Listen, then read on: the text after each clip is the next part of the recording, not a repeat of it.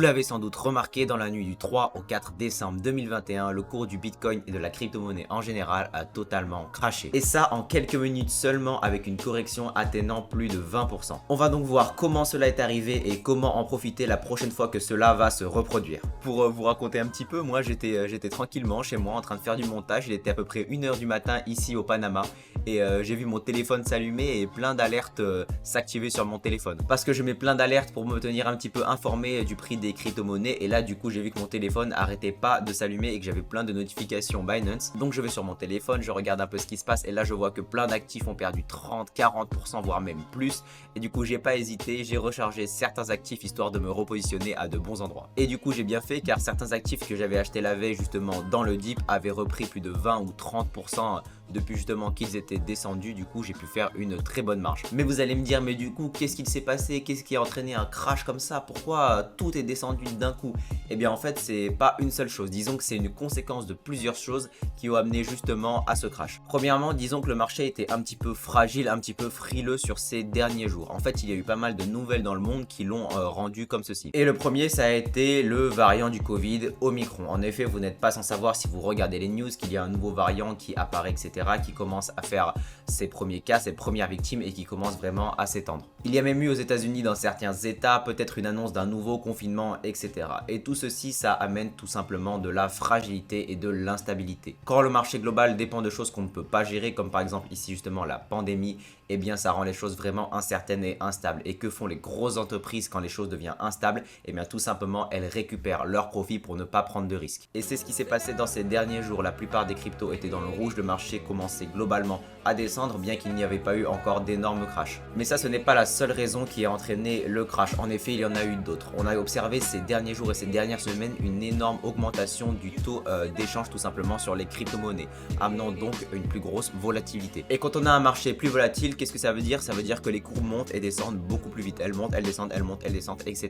Et ça a énormément de conséquences. Et ce qui a réellement entraîné ce crash, c'est qu'il y a eu énormément de liquidations d'un seul coup. Et les liquidations apparaissent justement quand il y a une énorme volatilité sur un marché. Pour résumer rapidement ce qu'est une liquidation, ça se base sur les gens qui tradent avec effet de levier. Qu'est-ce qu'une position levier? C'est tout simplement le fait de pouvoir prendre une position par exemple à 100$ alors qu'à la base vous aviez un capital de 10$.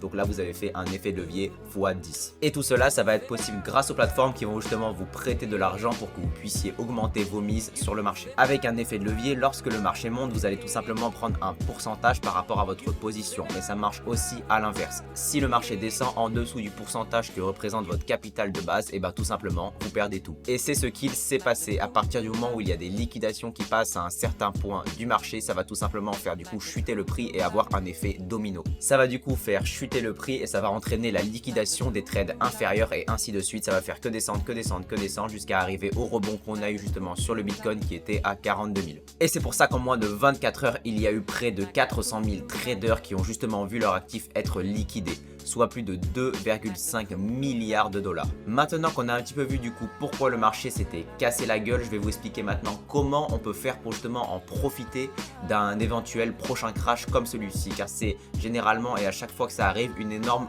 opportunité. Personnellement, ce que je vous conseille, c'est tout simplement d'avoir de la liquidité sur votre plateforme, de la garder en stablecoin. Le fait justement d'avoir une certaine liquidité dans une monnaie stable sur votre wallet, ça va vous permettre d'intégrer des ordres d'achat. Pour ceux qui ne le savent pas, qu'est-ce qu'un ordre d'achat? Vous allez tout simplement pouvoir acheter une crypto-monnaie automatiquement si celle-ci atteint un certain palier. Prenons l'exemple du Bitcoin, si celui-ci descend à 42, 45 000, etc. et que justement vous placez un ordre d'achat à 42, et bien sans rien faire, si celui-ci atteint ce palier, et bien vous allez tout simplement pouvoir en acheter le montant que vous avez défini préalablement. Ça vous permet donc justement d'acheter dans des zones extrêmement intéressantes sans forcément vous en rappeler ou être sur votre téléphone toute la journée s'il y a des news. Vous allez donc pouvoir profiter d'éventuelles bougies comme celle-ci, que ce soit à la hausse ou à la baisse. Bien évidemment, vous pouvez également placer des ordres de vente à la hausse. Il y a généralement, et ça arrive souvent, des fois en quelques minutes, une bougie vers le haut extrêmement forte et qui va redescendre aussi vite. Et bien si vous avez justement placé un ordre de vente justement dans cette bougie, et bien vous allez tout simplement pouvoir profiter